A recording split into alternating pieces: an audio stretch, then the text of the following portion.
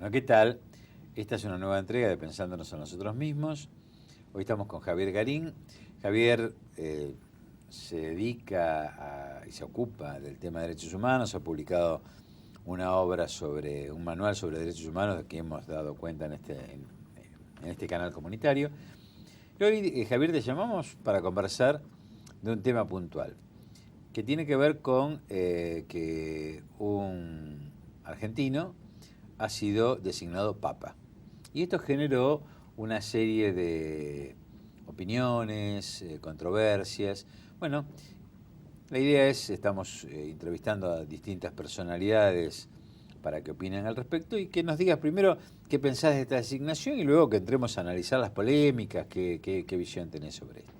Bueno, en cuanto a la designación me parece positiva. En primer lugar porque venimos de una iglesia cuyos anteriores papas fueron ultraconservadores, tanto en el caso de Juan Pablo II como el del Papa saliente, y que llevaron a la iglesia realmente a una posición de un conservadurismo militante que la ha llevado al aislamiento. Entonces, la presencia de un nuevo papa, que es argentino, que viene de América del Sur, que además es jesuita, que además tiene una posición de mayor permeabilidad con el problema de la pobreza, una visión distinta, más evangélica, digamos, de la función de la iglesia, más pastoral, y no tan teológica y cerrada, creo que es importante y que va a significar, sobre todo, que ha tenido una serie de gestos y de actitudes que preanuncian una serie de cambios. Habrá que ver, habrá que darle tiempo, obviamente, ¿no? Creo que ya el primer gran gesto, el más importante, fue la elección del nombre y el tributo a San Francisco de Asís, que es claramente una figura simbólica dentro de la historia de la Iglesia, un hombre, un santo de los pobres, un santo que recuperó de alguna manera el mensaje de Jesús, y esto tiene una carga simbólica muy importante, ¿no? Y vos sabés que en algún momento, lo he dicho, y bueno, yo hablo de jerarquía, separo iglesia como pueblo de Dios de jerarquía, que es la conducción de ese pueblo de Dios, los pastores, como suele decirse. La jerarquía eclesiástica, cuando yo dije dentro de la jerarquía eclesiástica hubo necesidad de crear un ámbito de opción por los pobres, a mí me hacía parecer que en realidad la jerarquía había optado por los ricos. Es decir, porque era contraevangélico esto, ¿no? Es decir, digamos, si la opción preferencial por los pobres es parte del evangelio, sonaba raro que tuviera una corriente interna apenas que transitara ese camino. Por eso, bueno, comparto que en cuanto a la simbología inicial y la expectativa, el hecho de hablar de una iglesia pobre y para los pobres es un mensaje que generó por lo menos un cimbronazo en muchos sectores, en los que a priorísticamente creían que tenían una figura para confrontar partidariamente a nivel local, y entre quienes no se esperaban un tipo de definición así.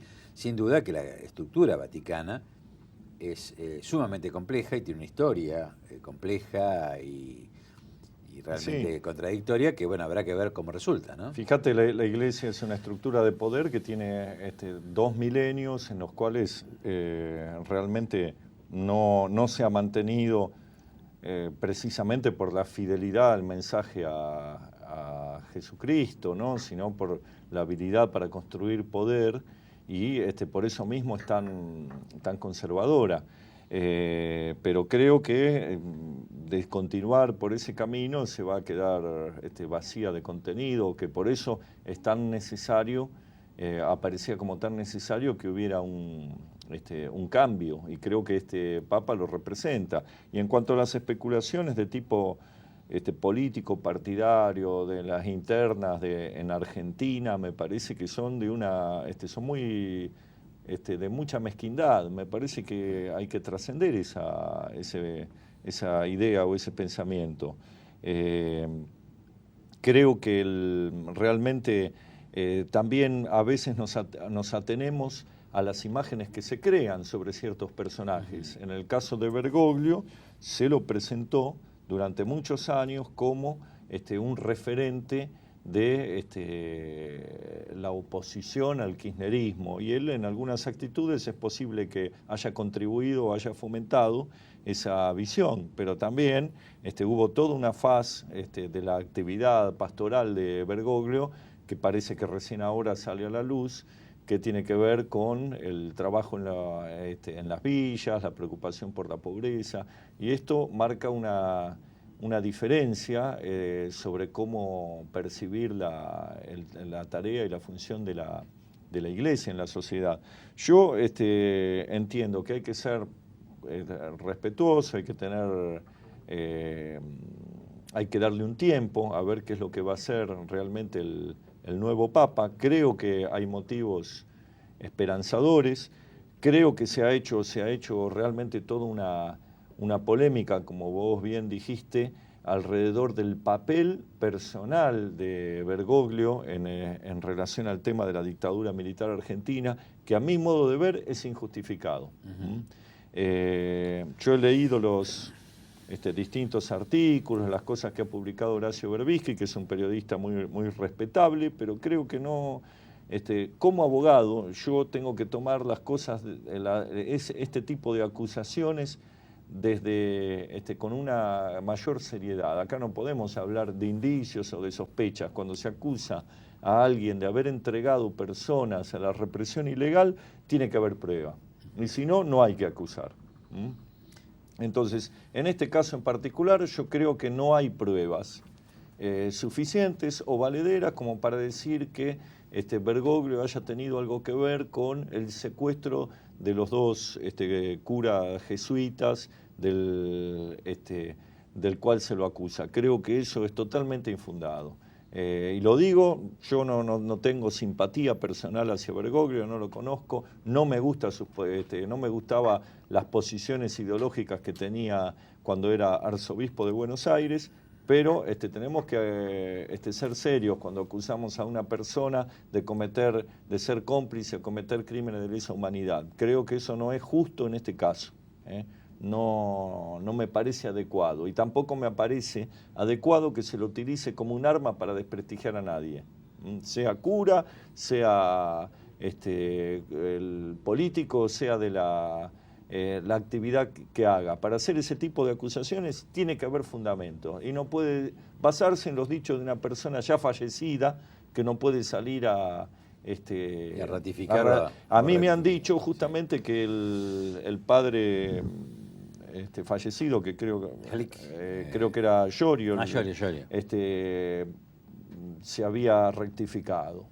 Entonces lo hizo el padre Jalik públicamente. Entonces seguir con ese tipo de acusaciones para mí es de mal gusto y no es lo correcto. En cuanto al papel de la Iglesia en la dictadura, no ya el papel de Bergoglio, ahí tenemos otras cosas para hablar. Pero una cosa es la responsabilidad institucional y otra las responsabilidades individuales.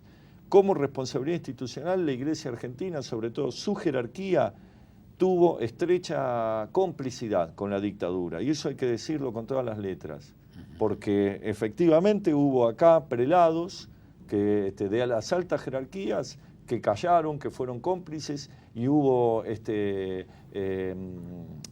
padres que cumplían funciones castrenses, que fueron directamente cómplices con la represión ilegal y tranquilizaban a los represores por los cargos de conciencia que podían llegar a tener por las barbaridades que cometían.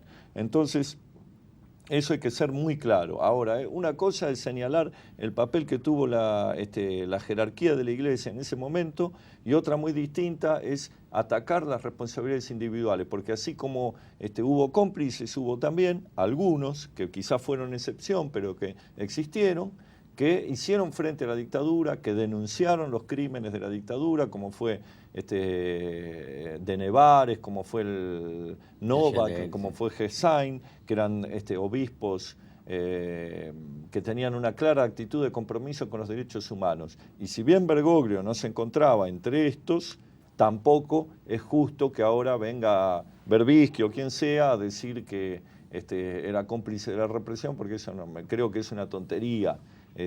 hablar de esa manera, ¿no? Y de cualquier manera yo creo que va a haber, tocás varios puntos interesantes de profundizar. Uno de ellos creo que es muy estructural, que tiene que ver con justamente que exista la figura de los sacerdotes que están involucrados con las Fuerzas Armadas. Los capellanes que están involucrados con las Fuerzas Armadas es una contradicción en sí misma, digamos. Yo recuerdo un tío mío que decía, ¿cómo podemos bendecir las armas que van a matar gente? ¿No? Digo, estas son cuestiones que creo que son contradictorias con la propia esencia del mensaje de amor, digamos, ¿no? Claro, no, solamente, digamos, la guerra tiene una justificación, como decía Juan Bautista Alberdi, cuando dice una guerra de liberación. Por eso los curas que formaban parte de los ejércitos patriotas que luchaban por la liberación del colonialismo, podían ser curas militares sin contradicción, pero después, la verdad, nuestras Fuerzas Armadas, con el paso de las décadas, se convirtieron en fuerzas opresoras de su propio pueblo y realmente en ese caso entiendo que era contradictorio, es contradictorio que la Iglesia parezca cercana a unas fuerzas que tenían como su finalidad y su razón de ser reprimir al pueblo. Estamos en la antítesis de lo que Jesús predicaba, que era justamente, no era simplemente la opción por los pobres. Yo creo que el mensaje de Jesús era más claro y más directo, era la reivindicación de los pobres y la condenación de los ricos. Esto es algo que la Iglesia de alguna manera ha tratado de diluir, pero que surge claramente de los propios evangelios, donde Jesús no solo establece que el que es pobre va a entrar al reino de los cielos, sino que el rico va a ser condenado por el hecho de ser rico. Y hay parábolas, hay anécdotas que así lo ilustran, como la del joven que se le acerca a preguntarle a Jesús qué necesitaba, qué más, cumplía todos los mandamientos, qué más debía hacer, y Jesús claramente le dice que tenía que entregar todas sus riquezas, abandonar sus riquezas, darlas a los pobres, y como se retiró apesadumbrado, dijo, es más fácil que un camello pase por el ojo de una aguja a que un rico entre en el reino de los cielos. Pero parece que la historia posterior, la prédica posterior, ha ocultado estos aspectos que son muy claros de la enseñanza de Jesús. No se trata de que algunos curas hagan una opción por los pobres, que en realidad el mensaje de Jesús es un mensaje por los pobres y a favor de los pobres, y condenando la riqueza, condenando el egoísmo de los ricos y condenando el egoísmo que en general ha sido la característica de la civilización occidental, ¿no? Javier, hacemos una breve pausa y seguimos hablando de esta cuestión que tiene que ver con la cultura, no solo con la fe, porque nosotros somos un pueblo culturalmente cristiano, de esto estamos hablando. Enseguida volvemos.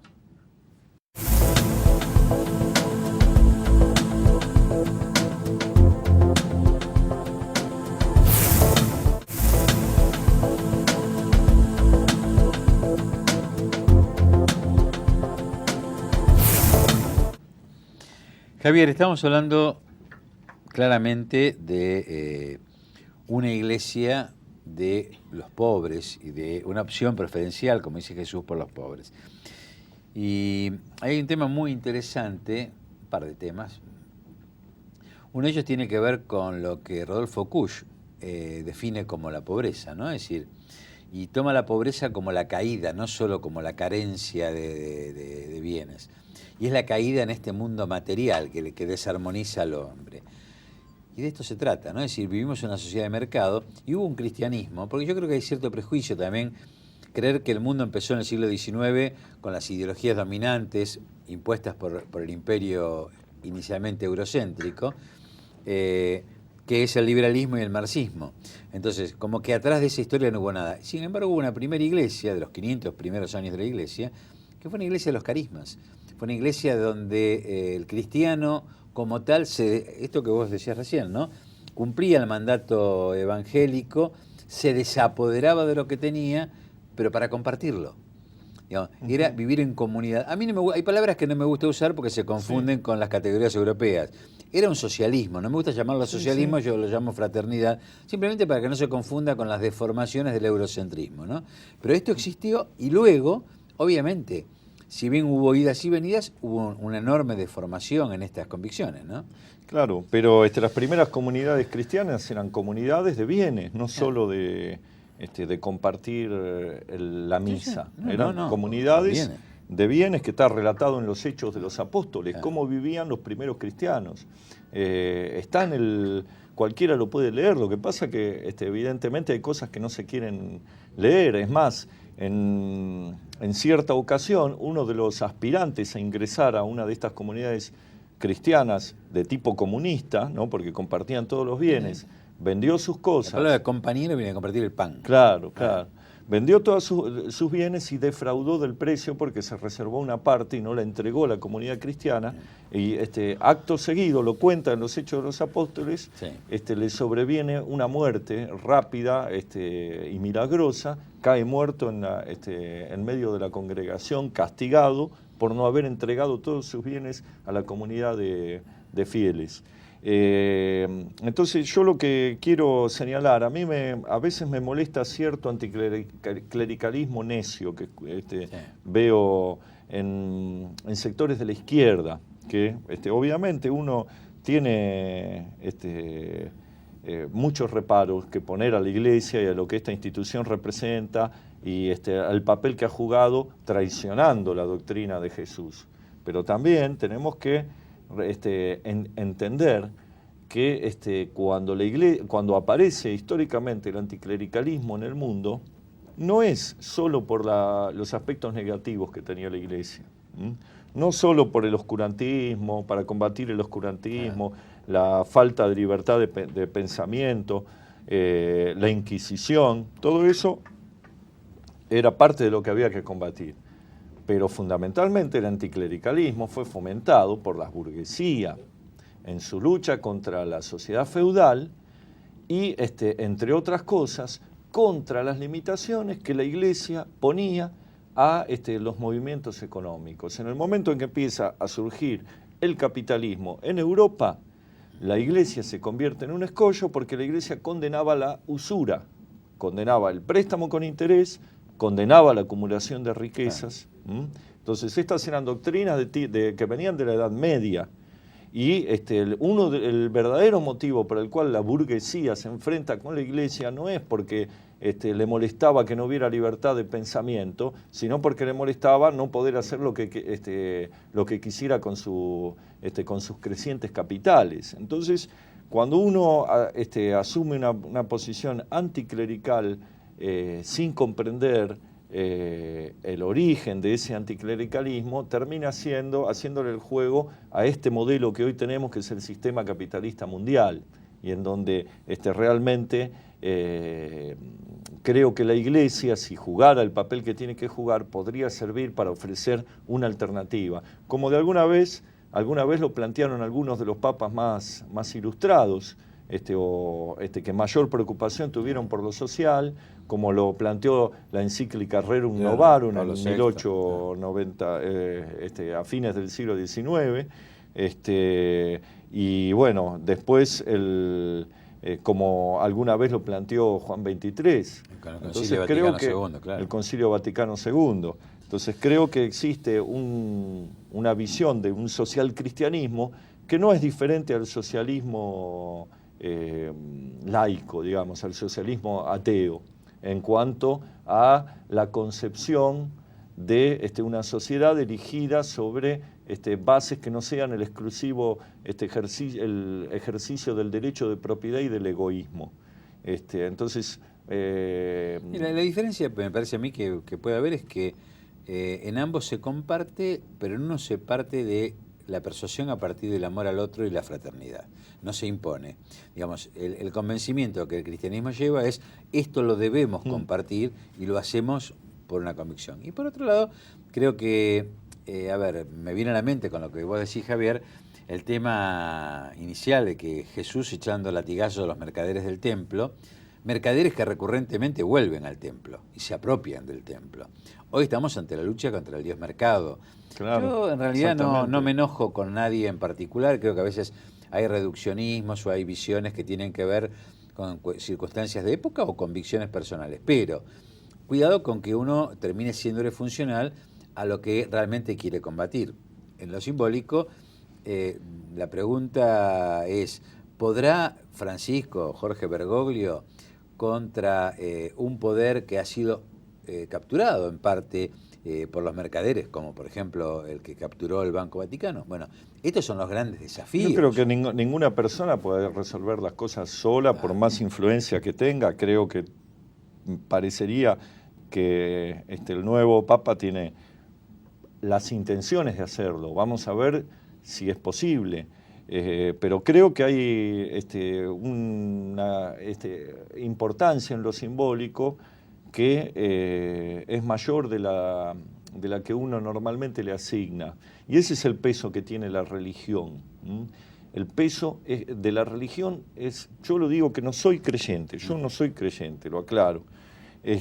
Pero creo que la religión tiene una importancia para llegar a la conciencia de las personas que ninguna ideología ha alcanzado esa eficacia. Cuando hablamos del imperio de los derechos humanos, los derechos humanos no existirían como doctrina si el cristianismo no hubiera dado las bases de valores que ha generado los derechos humanos, porque no nacieron de Voltaire, de Diderot, de Rousseau, si bien fueron contribuciones importantes las de la filosofía de la Ilustración, pero la principal contribución es que hubo una creencia establecida por Jesús hace 2000 años de que todos los hombres somos iguales y somos hijos de Dios. Entonces yo no creo en Dios, pero ese valor lo he recibido como parte de mi formación cristiana. Y creo que toda la civilización occidental ha recibido esa base de valores, aunque después los ha traicionado. Y lo mismo sucede con otras cuestiones u otros mensajes que puede llevar adelante la Iglesia con mucha mayor eficacia. Cuando el Papa habla de la preocupación por los pobres, esto puede llegar a tener mucho más impacto que si lo dice un partido político, una ideología, porque llega de otra manera al creyente y al no creyente también, en forma indirecta. Cuando se habla de una preocupación por la creación, cuando habla Francisco y dice manifiesta su preocupación por la falta de cuidado por la creación. Y esto es un tópico esencial de este siglo XXI, que es la destrucción del medio ambiente.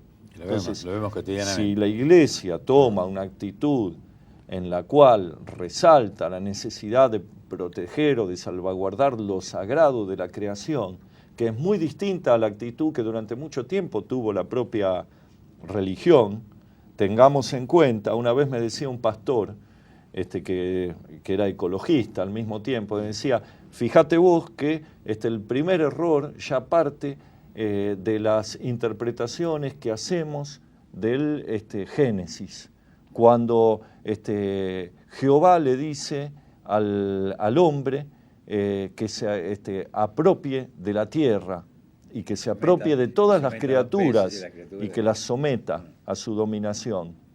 Entonces, si hoy se puede transmitir un mensaje distinto desde la cabeza de la Iglesia, de preocupación por la creación, por el medio ambiente, que va a tener más eficacia de que lo que puede tener el panel intergubernamental de cambio climático, que si bien tiene logró tener mucha influencia, todavía no logró ningún cambio positivo. Al contrario, el mundo sigue cada vez más despeñado en esta locura de la superproducción y el superconsumo.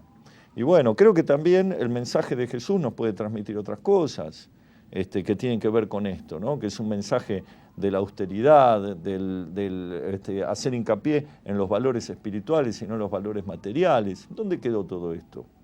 Yo cuando era chico lo recibí, parece que ahora está bastante olvidado, por lo menos en el mundo adulto, porque yo veo a mucha juventud que está recuperando mal contrariamente a lo que habitualmente pensamos, no son los jóvenes los que tienen el más feroz consumismo. Yo veo más consumismo en la gente grande, y los jóvenes todavía tienen la posibilidad de ver otra cosa, de llevar adelante otra opción. No, mirá, si lo que decís es altamente esperanzador desde una racionalidad. A su vez agrego que ojalá o Dios quiera que no solamente el mensaje sea ese, que no tengo pocas dudas que va a ser ese, creo que va a ser justamente en esa línea, sino que además se pueda cambiar de la estructura de conducción, de la jerarquía de las principales organizaciones espirituales del mundo, como es la Iglesia Católica Romana, que se pueda cambiar la ejemplaridad de la propia jerarquía. Ya en lo simbólico me pareció muy fuerte una foto que vi circulando por los diarios, donde estaba Benedicto en el tradicional sillón de oro del Papa con todo su boato, y al lado otra foto de Francisco, que hizo cambiar el sillón por uno de una cuerina blanca, más recatado.